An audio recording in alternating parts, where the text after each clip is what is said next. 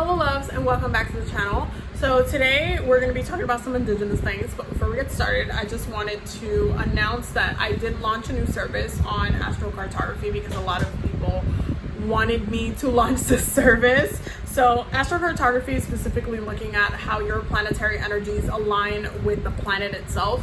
So it's really cool to look at, like, let's say you wanted to move somewhere, or you were thinking about moving, or maybe you didn't know the place, or maybe you did. It's cool to look at astrocartography so you know how the planets line up for that area, because there's some areas, a lot of areas in the planet that will trigger you planetary wise in different ways. So there's some areas around the world that will have, like, you know, and it could be like a state, country, whatever, that will have your Venus line running through in a certain way. It could be like a city, or let's say you want to move to a specific spot, that will have like your Venus or your Jupiter in those specific areas, and those would be great places to make money, or even have some luck, or learn something new, or if it's like Venus, like meet someone or get married or find some romance. So you can literally use astrocartography for so many different things. I use it as well to do some, you know, death work when it comes to looking at areas around the world where I have karmic ties to, because there's different ways to use astrocartography. But yeah, I just launched the service. You can pick four areas that you want me to look at, or you can pick two and then have the other two be like intuitive, like I'll pick the ones that you should know about or whatnot, or you can pick all four or whatnot, or you can say, hey, I want to know where I should get married, and I can tell you the top four or whatever, type of thing. Or you can give me the location. It's literally so flexible because you're really kind of driving the reading in that end. But yeah, so I just launched that. Definitely check it out. It will be on my website down below for those who are going to want to check that out. So yes, anyway, thank you guys for being here. So we're just basically, I'm going to give you guys some tips for my reconnecting natives.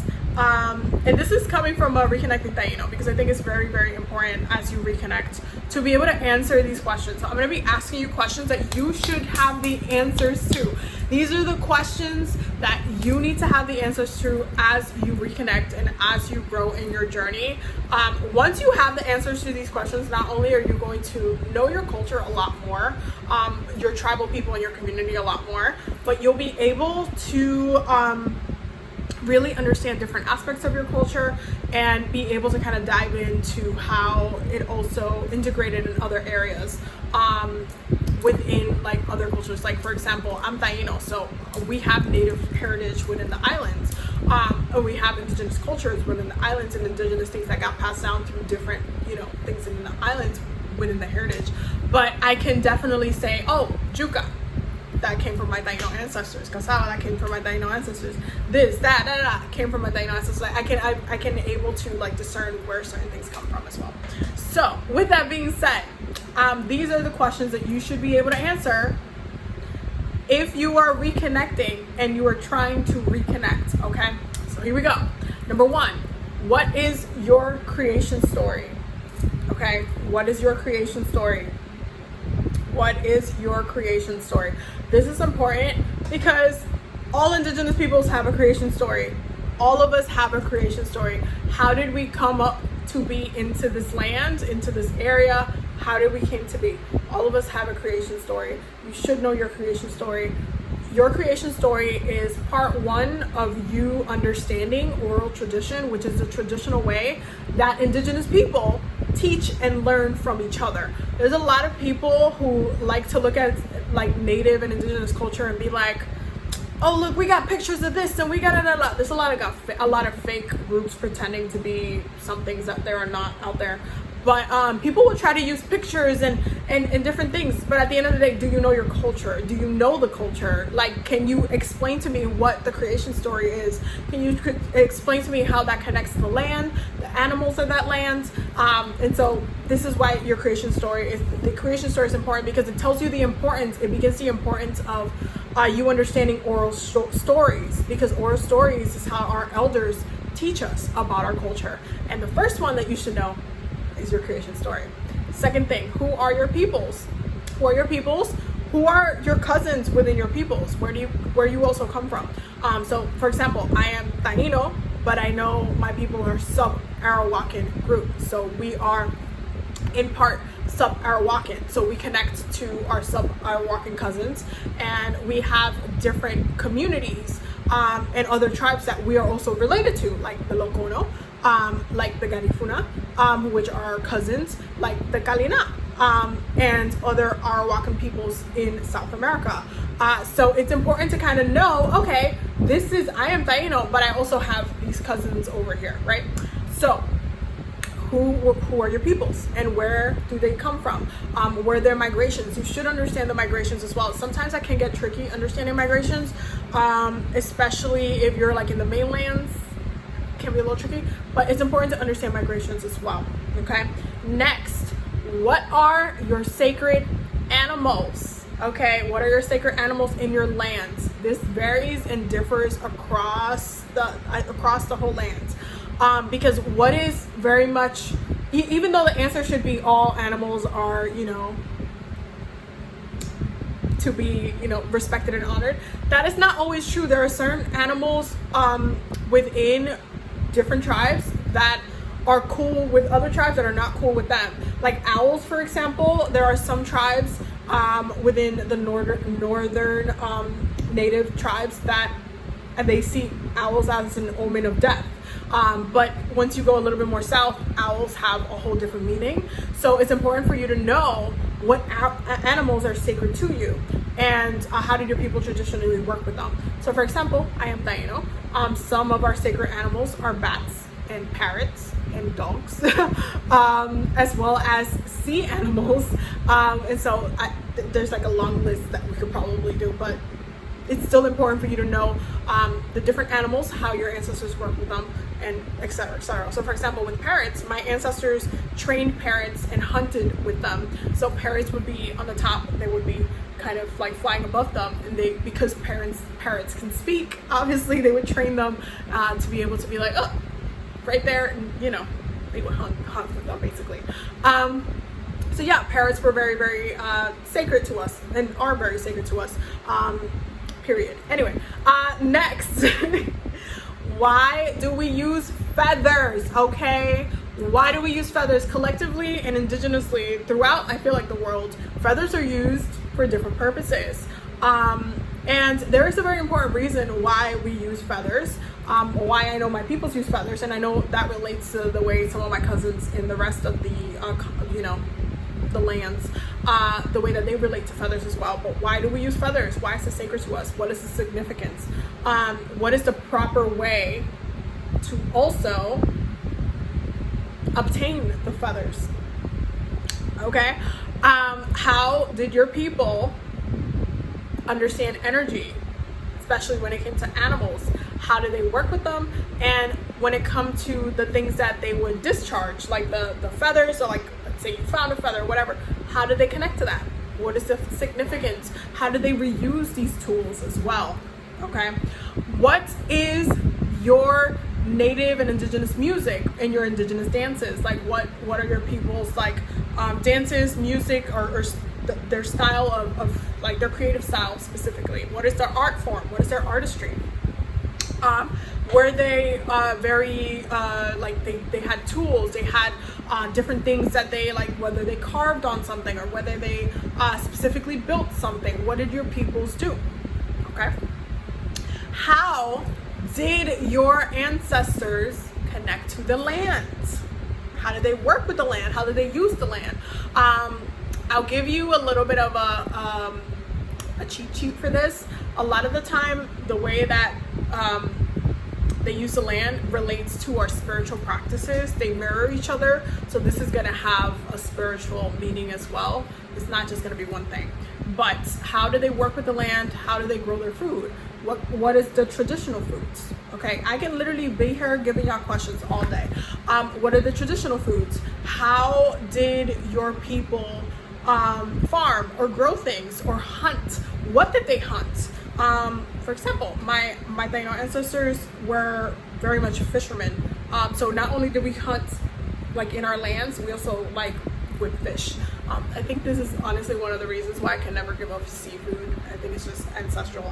Because when I try to go vegan for a while, like I just miss seafood so bad. So I think that's one of the reasons.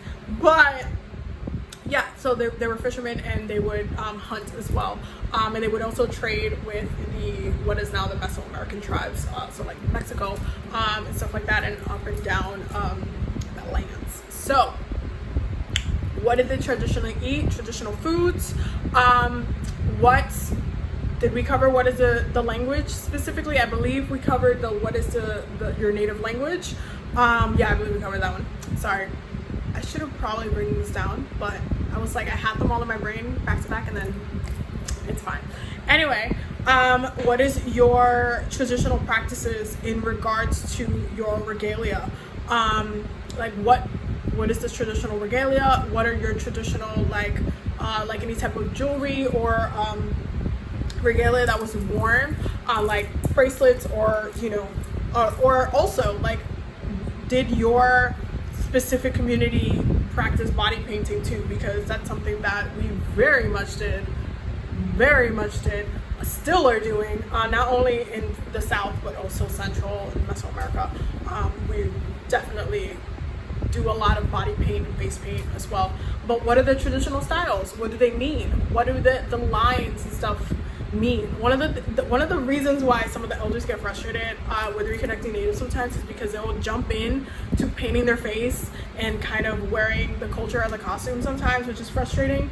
I specifically and purposely did not do my face paint for a while because I wanted to make sure that I was representing the tribe properly. So I made sure the first time I did it, I had my traditional face paint for the tribe, and it has a meaning. You should know what it means. You shouldn't just be like, I'm looking at a photo from another native on Google and I'm just gonna mimic it, because it's a little embarrassing. You don't want to falsely promote that, because it won't be accurate. And you won't know what it is that you're doing. You're just kind of mocking the culture. So also keep that in mind. But continuing on, what were traditional games that were played? How did your people were in community? My ancestors loved to party because we had areitos. We would play games. We had different games. We know the name of the games, and we had different kind of ceremonies for different things, both spiritual ceremonies and also just like celebratory ceremonies. What different ceremonies were reserved for different people? Who are your elders? What are they called? What are the titles called, right? Why are they called what they're called, right? So with Tainos, the chief would be the cacique, the medicine person would be the bejique. We have like a whole list, like the teachers would be the tucudas, and we have the tequinas as well, and they teach different things as well.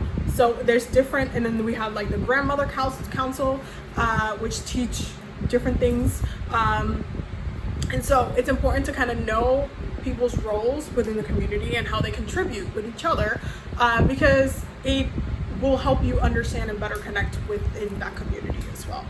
So other questions. I think I'm gonna do one last question. How do you relate to the creator? It's another thing. What are your spirits, right? What are the spirits of the land? What are the spirits of nature? What are the spirits that you specifically know to avoid? What are the traditional teachings of the land itself? Because in different areas of this land, there's different spirits. If you go to the island, there's different spirits. Then when you're up here, you're dealing with different spirits. You're dealing with the spirits that the tribes of this land were dealing with. So there's different spirits, both good and not so friendly spirits. And so you need to know what they are. You need to know also the ancestral practices. How did your peoples view the ancestors? How do they honor the ancestors? How do they view the ancestors? What ceremonies were done throughout the year? What ceremonies are taking place? How are you connecting to your community? Have you gone to a powwow? Have you visited a reservation? Have you interviewed and gone down the rabbit hole of reviewing and going through your family and asking questions and kind of interrogating them and getting different answers and trying to really look at and trace back your lineage? Have you done that work? These questions are super, super important, because once you know all of the answers to these questions, you're able to not only know more about your culture, but you're able to understand your people better. And you're able to represent your people better because you know what the truth about your peoples are. So yeah, it's really important that as you're reconnecting, you're able to answer these questions. Some of these questions are going to lead you to elders, especially when it comes to working with them, and understanding that oral tradition and the importance of oral tradition and decolonizing and re-indigenizing, and breaking down the, barriers that had been set in place due to colonization.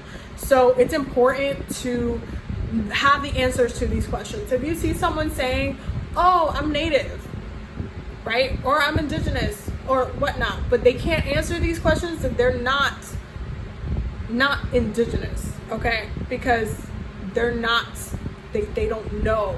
They're indigenous by DNA, like it's in their ancestry, but they're not in their community. Now, not all natives, especially reconnecting natives, are going to be in community, and this is kind of where it gets a little tough, because in some areas, due to colonization, some tribes did get completely wiped out.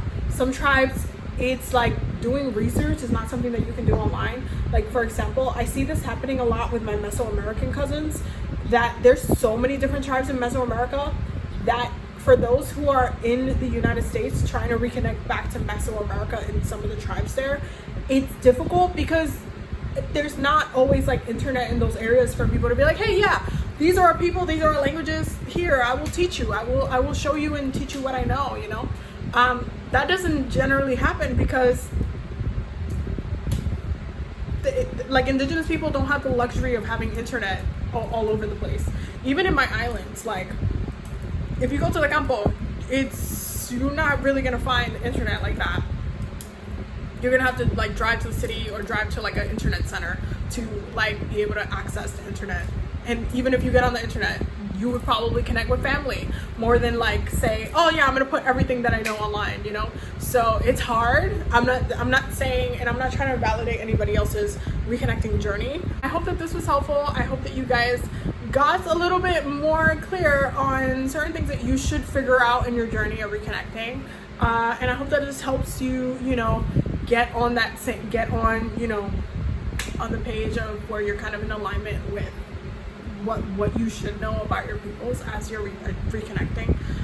But it's definitely really important to honor and respect the oral tradition aspect. And if you feel frustrated because you can't find a lot of things that are printed, understand that is convenience. It is a convenience to be able to have documents and those type of resources. Like even as a Taino, like Taino library has been one of the best resources of all time, because it is literally like Taino library collected so many books, so many research papers on our people for those who want to learn more about their ancestors within the diaspora. There's people from multiple tribes that use Taino library as a resource for so many different things. Not everything is super accurate, because obviously a lot of these books were written by academics who were also white and had their own narratives pushing our extinction.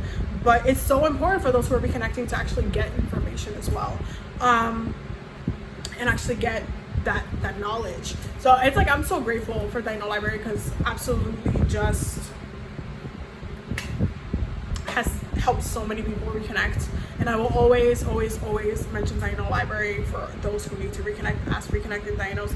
But I know that it's not easy for everybody else to research and catalog things like that, and not everybody's people has that luxury. So I know that I'm very much privileged in that regard.